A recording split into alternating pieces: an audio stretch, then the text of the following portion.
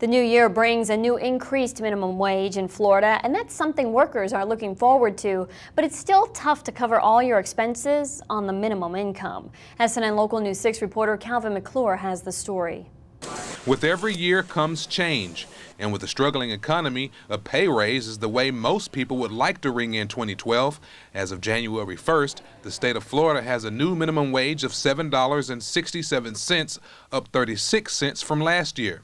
The Suncoast Workforce in Sarasota says the change is good, but a lot of employers in our area already pay above the new minimum. What we're seeing is that businesses, more often than not, have higher than minimum wages at their places of business. And the reason for that is they know that the better the wage, the better the worker they're going to be able to find and retain.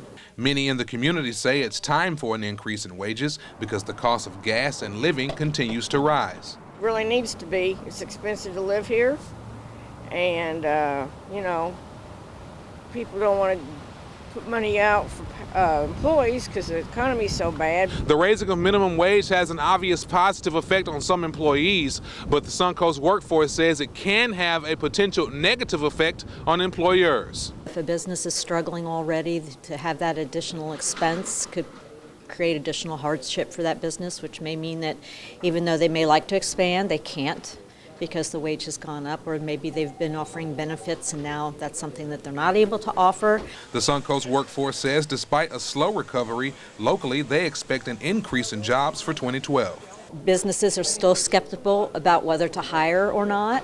And so we're seeing some encouraging signs, but it seems like they're few and far between. But we're optimistic. We think this is going to be a better year yet, and we're seeing signs of that optimism with businesses as well. In Sarasota, Calvin McClure, SNN Local News 6.